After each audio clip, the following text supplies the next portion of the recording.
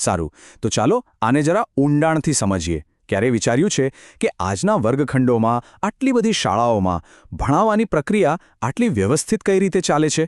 આ બધું એક ખાસ યોજનાથી શરૂ થાય છે, એક એવી બ્લુપ્રિન્ટ જે દરેક પાઠને ચોક્કસ આકાર આપે છે.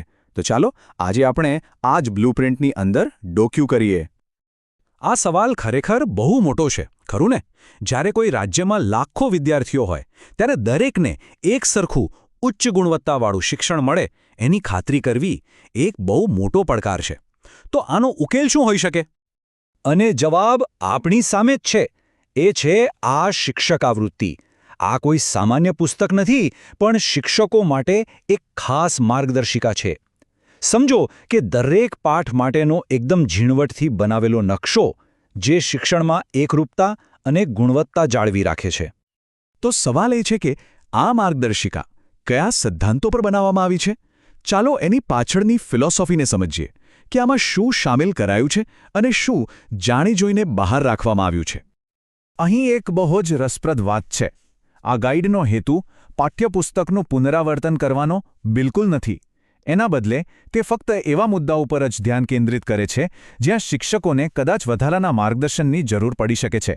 જો કોઈ વિષય પાઠ્યપુસ્તકમાં પહેલેથી જ એકદમ સ્પષ્ટ રીતે સમજાવેલો હોય તો તેને અહીં ફરીથી નથી આપ્યો. આનાથી શું થાય? સમય બચે છે અને ધ્યાન ફક્ત જરૂરી બાબતો પર જ રહે છે. હવે ચાલો જરા આગળ વધીએ અને જોઈએ કે આ સિદ્ધાંતોના આધારે એક પાઠ ખરેખર બને છે કેવી રીતે. આધુનિક પાઠ યોજનાને સમજવા માટે આપણે તેના દરેક ઘટકને છૂટા પાડીને જોઈએ. તો જો કોઈ પણ પાઠના પાયામાં આ 8 મુખ્ય વસ્તુઓ હોય છે, જેમ કે શીખવાવાના મુખ્ય મુદ્દાઓ એટલે કે ટીચિંગ પોઈન્ટ્સ, પછી વિષયની સંકલ્પનાઓ, વિદ્યાર્થીઓ માટેની પ્રવૃત્તિઓ અને જાણવું ગમશે જેવી રસપ્રદ વધારાની માહિતી, અને સાથે સાથે આજના જમાના પ્રમાણે QR કોડ્સ, જરૂરી ચિત્રો અને વિદ્યાર્થીઓએ કેટલું શીખ્યા એ જાણવા માટે પ્રગતિ ચકાસણી, આ બધું મળીને શિક્ષક માટે એક કમ્પ્લીટ ટૂલકિટ બની જાય છે. QR કોડ આ એક જબરદસ્ત ઉદાહરણ છે કે શિક્ષણ હવે કેટલું આધુનિક થઈ રહ્યું છે. આ ખાલી એક લિંક નથી, પણ એમ કહી શકાય કે જ્ઞાનનો એક નવો દરવાજો છે. વિદ્યાર્થીઓ બસ એને સ્કેન કરે અને સીધા જ વિષયને લગતા વિડીયો કે બીજી કોઈ ડિજિટલ સામગ્રી સુધી પહોંચી જાય. આનાથી શીખવાની પ્રક્રિયા કેટલી રસપ્રદ બની જાય નહીં?